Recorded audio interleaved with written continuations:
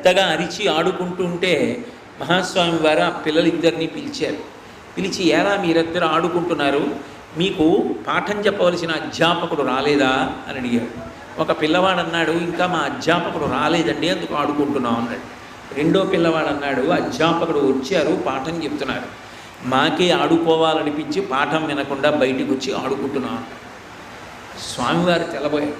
దీని నా దగ్గరికే వచ్చి ఇద్దరు పిల్లలు చెప్తున్నారు, ఏది ఇందులో నిజం అని వాళ్ళిద్దరిని కూర్చోండి అన్నారు.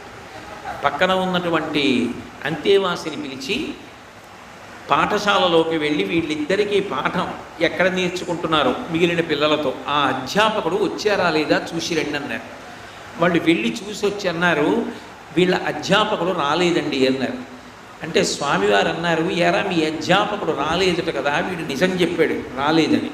నువ్వు అధ్యాపకుడు వచ్చారు, పాఠం చెప్తున్నారు, మాకే ఆడుకోవాలనిపించి బయటికి వచ్చి